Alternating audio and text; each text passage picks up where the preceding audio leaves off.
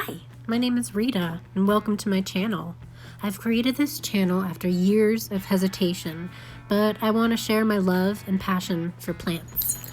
On this channel, I plan to share my knowledge of houseplants, gardening, and also share any planty projects I'm working on. I have this Scindapsus pictus argyraeus propagation experiment I started, so I decided when's a better time than now to document and create my first YouTube video. Scindapsus pictus, commonly known as silver satin pothos, is in the aroid family and native to Asia. The care is identical to the standard Pothos, Epipremnum aureum, which are very easy houseplants.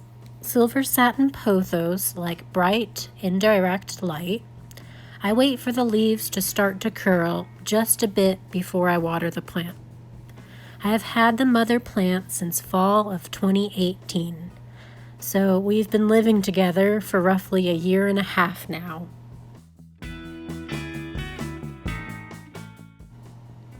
I love this plant.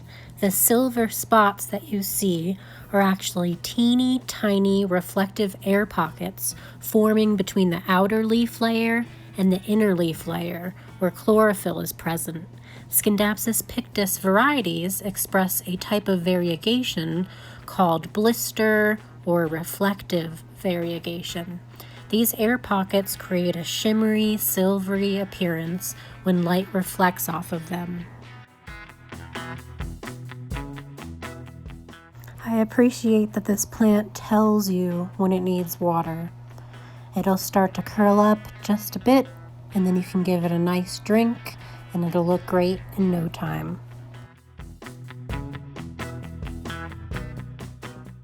These plants make great hanging baskets, but can also shingle.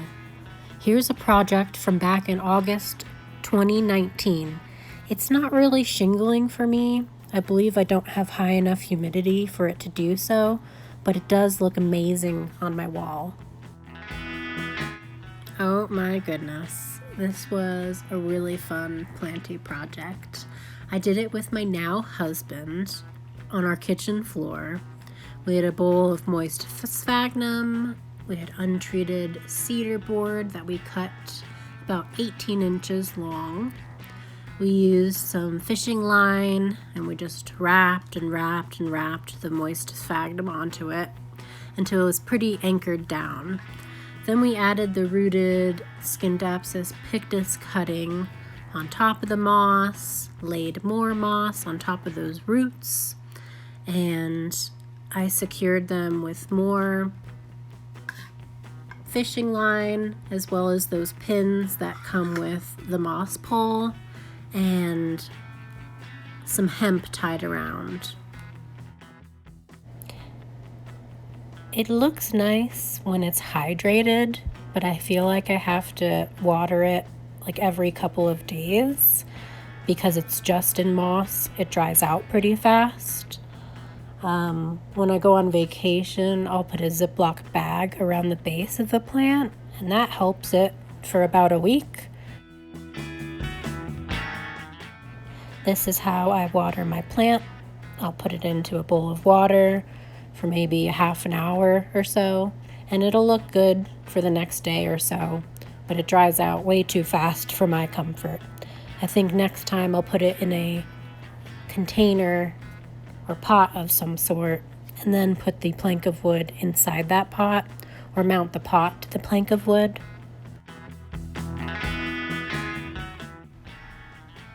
I've thought about keeping a Ziploc bag at the base of it permanently to keep it hydrated like I do when I'm on vacation, but it's not so aesthetically pleasing.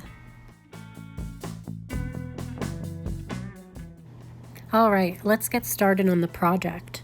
So I have this mother plant that is not living its best life. It used to be so bushy and full. Because of a low light situation this winter, the vines are pretty etiolated.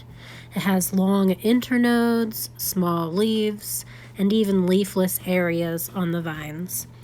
We just got a new grow light a couple months ago that needs to be raised. The top foliage has become chlorotic. I need to find that sweet spot so this foliage doesn't continue to bleach out.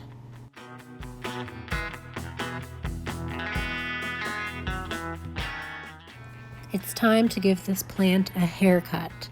I'm not sure what I'll do with the cuttings. I might stick them with the mother plant so it's fuller, or I might just create another plant to put somewhere else in my home, or maybe even give them away to some friends or family. Here are my supplies. I like to sanitize my clippers before and after each use. I use a dilute rubbing alcohol with a drop of peppermint oil in a spray bottle. I also like to boil my sphagnum moss before using it, and I'll wash my hands before handling it. This helps cut down on bacterial and mold growth. When you make your cutting, make sure you have at least one node per cutting. When you look at your trailing plant, you'll see nodes where the leaves are. These are adventitious roots. Once placed in a rooting medium, like water or sphagnum moss, this is where the main roots of your new plant will grow from. I let the cuttings heal over for a bit. This could be a matter of hours or even overnight. It just depends on the size of your cutting. Allowing the cutting to callus over ensures that it is healed over and there isn't an entryway for bacteria or fungus. Also, remember which way is up and which way is down.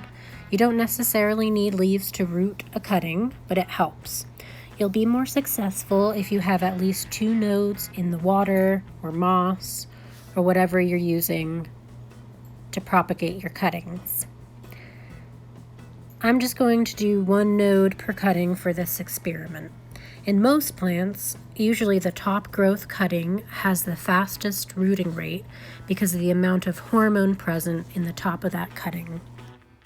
In my experiment, I want to see which roots faster, water or moss. Also, once the cutting is rooted in whichever medium, which plant transitions better once potted up in soil? I prefer sphagnum moss as a rooting medium, but water is fun because I'm a creeper and I like to watch the roots grow. A con to water propagation is when the cutting is rooting, there are actually water roots. Water roots are not the same as soil roots, so the plant will have a hard time adjusting to soil once potted up. Moss propagation is a little slower, but the cuttings have an easier time transitioning when potted up. I'll visually check the propagations daily to top off the water vessel and or moisten the sphagnum moss.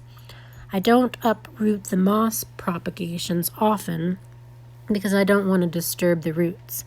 After about a week or so, I can slightly tug on the moss props to see if they give me any slack.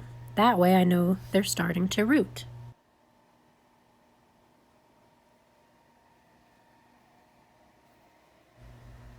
I started this project on Monday, February 17th, 2020. I assume it'll take probably about a month for these cuttings to root. So I'll upload an updated video in about a month or so of the progress. So hang tight and be patient, and I'll see y'all later. Bye.